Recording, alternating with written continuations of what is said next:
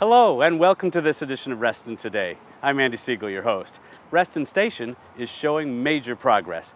In today's segment, we're looking at the roadway improvements that will make access to the new metro station that much better. Do you walk around Reston's natural areas? Well, every year throughout the spring and summer months, RA Environmentalists receive numerous calls about snakes in the area.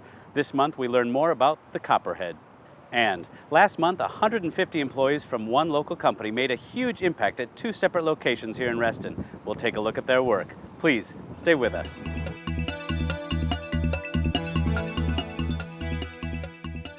I'm standing at the corner of Metro Center Drive and the future Reston Station Boulevard. As you can see, crews have been hard at work preparing these new roadways to better help the access to the future Silver Line. This month, we had a chance to get a bird's eye view of the project with Comstock's own Maggie Parker. Hi, I'm Maggie Parker from Comstock, and I'd like to give you a sneak peek at some of the infrastructure being built here in and around Reston Station. Metro Center Drive is one of the many transportation improvements recommended by the RMAG study, which identified ways to make station access more accessible. This street is now an official 3-lane VDOT road with broad sidewalks and beautiful landscaping.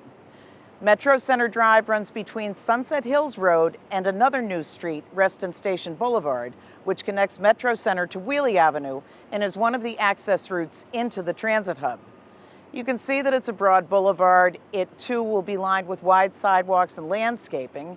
Both roads will be complete when Comstock delivers the transit center to Fairfax County later this month. You've seen other road construction on Sunset Hills and Wheelie Avenue. Thanks an awful lot for your patience. These improvements will be finished in the fall, and they'll deliver additional turn lanes, improved traffic signals, and better pedestrian routes. Finishing work is going on all around us. We can't wait to host you at a fall open house when you can experience it all firsthand. Reston is a beautiful place to live. We're surrounded by a lovely wooded area, which also happen to have local resident wildlife. Here's Claudia Thompson-Deahl to remind us how best to be aware of our surroundings. Through the spring and summer months, we often get calls about snake sightings. Our most common snakes are the black rat, garter, ringneck, and northern water snakes. We also have a venomous snake found in Reston, the Copperhead. All of our Copperhead calls have come from the eastern side of Reston. Here's a map showing the range of sightings.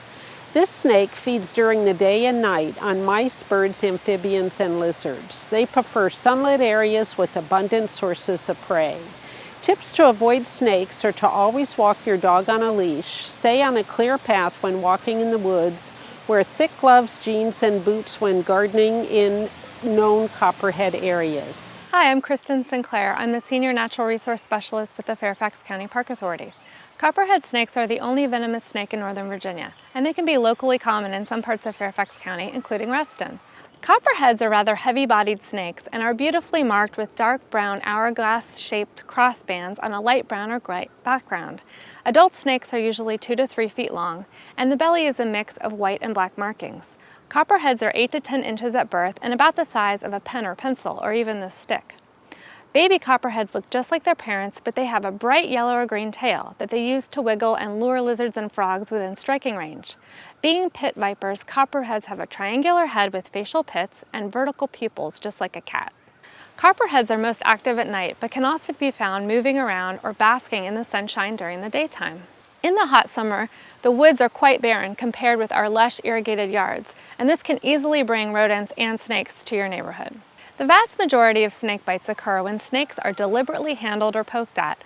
This includes curious humans as well as curious pets. Typically, unless you accidentally come into contact with a snake, you can avoid being bitten by maintaining a respectful distance from any snake that you see. Most snakes will remain motionless when you come upon them and will allow you to pass safely by. The best precautions you can take are to wear proper footwear, including closed-toe shoes on trails, thick gloves when gardening or clearing areas under heavy foliage, and long pants.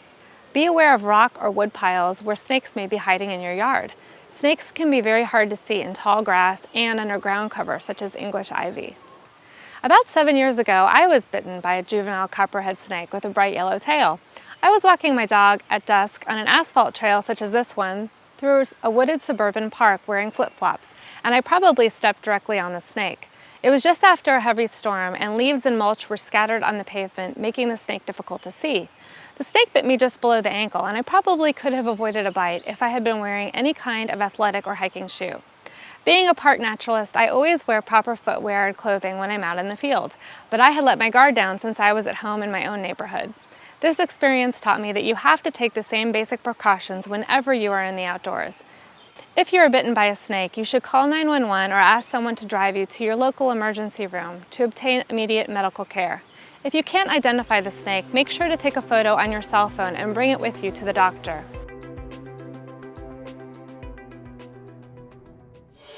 RA's Corporate Volunteer Program offers expertise in community service to corporations and businesses by creating customized, hands-on group volunteer projects that complement team building, leadership development, and philanthropy initiatives. Hobrock tells us of one company that has gotten involved and made a major difference here in Reston. Hello, my name is Hobrock and I'm the Community Outreach and Volunteer Coordinator for the Reston Association.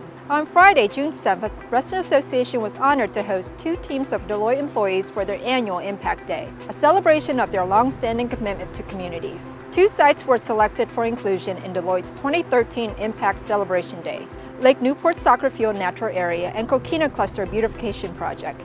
Despite the rain, 150 volunteers showed up ready to do whatever it took to get the job done right. Volunteers cleared out invasive plants at Lake Newport Soccer Field, filled up 2 dumpsters of debris and trash, as well as revitalized the entrances at Coquina Cluster. This is our 4th year with Deloitte, and we look forward to continuing this partnership. Thank you, Deloitte, for making an impact in Reston year after year. For more information on how your business or corporation can get involved, please visit our website at reston.org. That's all the time we have today. I'm Andy Sigle. Thanks for joining us for this edition of Reston Today.